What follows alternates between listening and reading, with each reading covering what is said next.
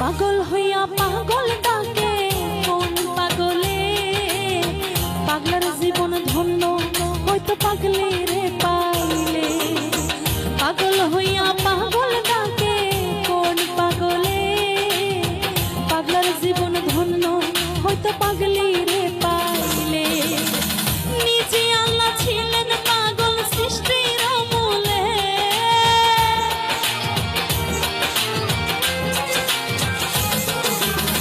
নিজে আল্লাহ হইছে পাগল সৃষ্টির মূলে।